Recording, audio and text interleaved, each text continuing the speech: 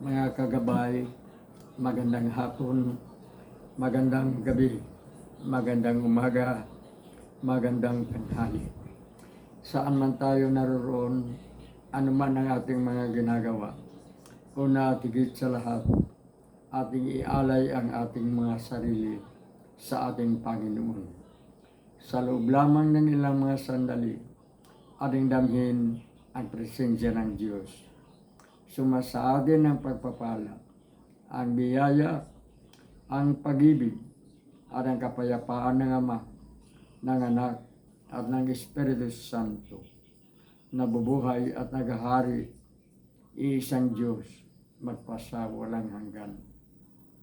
Mga kagabay, tulad ng ating nabanggit sa nakaraang episode, ay itong sinasabi nga ng ating kaibigang pare na paglala ng isang bagong addiction. Addiction sa computer, addiction sa digital tool, o ang tinatawag nating technology.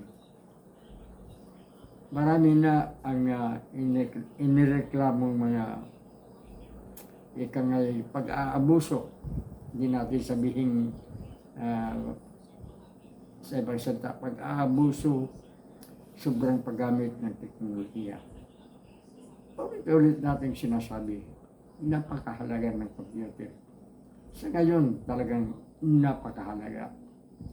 Ngunit sana naman, itong mga nagaganap sa computer at itong lumutang na addiction ngayon, sana naman, hindi nga natin alam kung sino ang ating, kung saan tayo manawagan, kung kanino tayo manawagan upang matulungan naman, lalong-lalo na ang ating mga kabataan at matulungan ang ating mga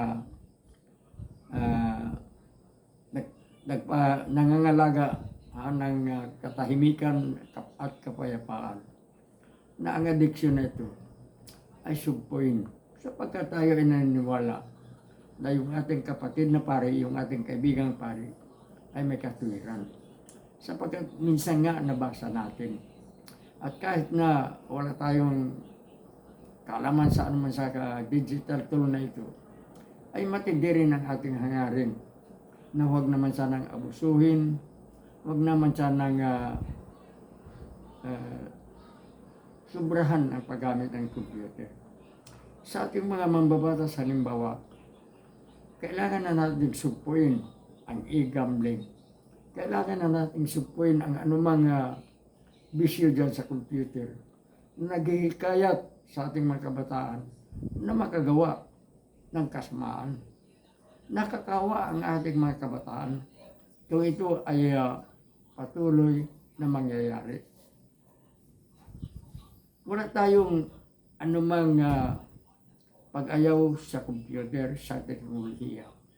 Mahalaga ang computer, mahalaga ang teknolohiya, pero wag naman sana nating abusuhin. Tayo ay nanawagan. At sa ating mga mambabatas, wag naman na panay lang salita ang nagagawa ninyo sa Kongreso. Gawin ninyo ang tama. Gawin natin ang tama. Isanggunin ninyo sa mga nakakaalam. Huwag na kayo lamang ang magsalita ng magsalita at wala naman kayong ginagawa. Sapagkat kung sa mga anak ninyo mangyayari yan, kung sa mga anak ninyo mangyayari ang ganyan, kung napatay ang inyong mga anak, tiyak magdadalamati kayo. Kung ang anak ninyo nakapatay, tiyak na itatago ninyo. Ito ay isang masakit na katotohanan. Hindi nga natin makakalimutan ang nasabi na natin sa isa ring episode na isang pangyayari sa mga babasahing malaswa. Alam natin ang mga bagay na ito. Sapagkat tayo ay nagtrabaho tayo ngayon sa isang trabaho na involved ang ating pag-iimbestiga. Kung ano man yan, bahala na kayo. Basta't involved ang ating pag-iimbestiga. Kaya napag-aralan natin ang mga bagay na ito tungkol sa mga babasahin. At hindi natin makakalimutan ang ginawang pagpasunog ng yumaong Pangulong Ferdinand Idrilan Marcos Sr. nung mga babasahin na yan. Tayo sa ngayon pa, nananawagan na tayo. Alam natin, huli na. Nandyan na. Nakikita na natin ang katibayan. Hindi na natin dapat pag-usapan.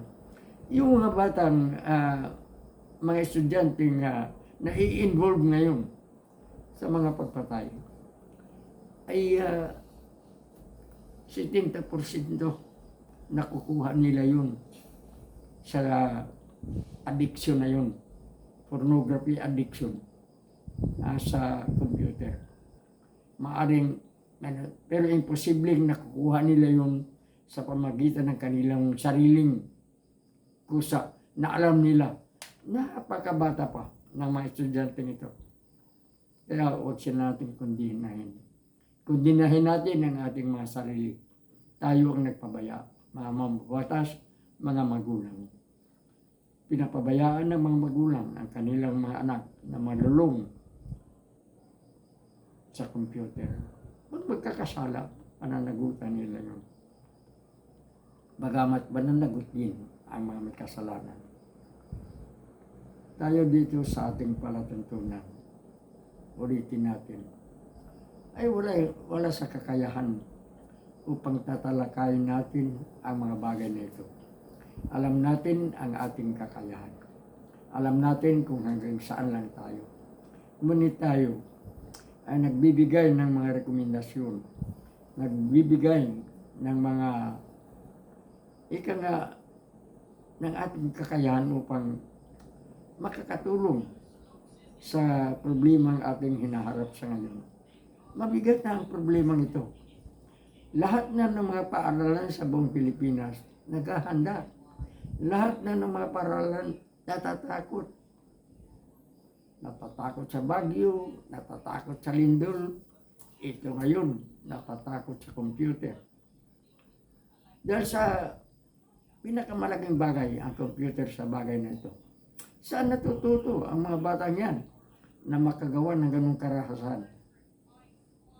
Hindi mo naman masasabing sa mga magulang nila. Hindi naman natin masasabing sa laro-laro nila. Hindi. May simulain. At tayo ay naniniwala na isa ang teknolohiya sa nakasisira sa bagay na yan. Sana mga magulang, mga mambabatas, magkaisa tayo. Gumawa tayo ng paraan. Hindi lamang upang masugpo ang bagay na ito, kundi upang mapangalagaan yung mga kabataan na sa ngayon ay addicted na. Alam natin, mayroon na dyan. Wala pa naman tayong nakita, pero sa ating mga nababasa, sa ating mga naririnig, nandyan na yung addiction na yan. Sugpuin natin ang nasabing addiction. Kasama na tayo dyan sa magsugpo, mga parents at mga mambabatas. Huwag hanggang batas lamang. Maganda naman ang batas. Sino bang nagsasabing masamang batas? Pero kailangan makagawa ng isang hakbang upang ang batas na yan ay mapaganda higit sa lahat. Pag-isipan natin ang mga bagay na ito. At sana ang addiction na ito, ang addiction sa computer ay tuluyan ng masugpo.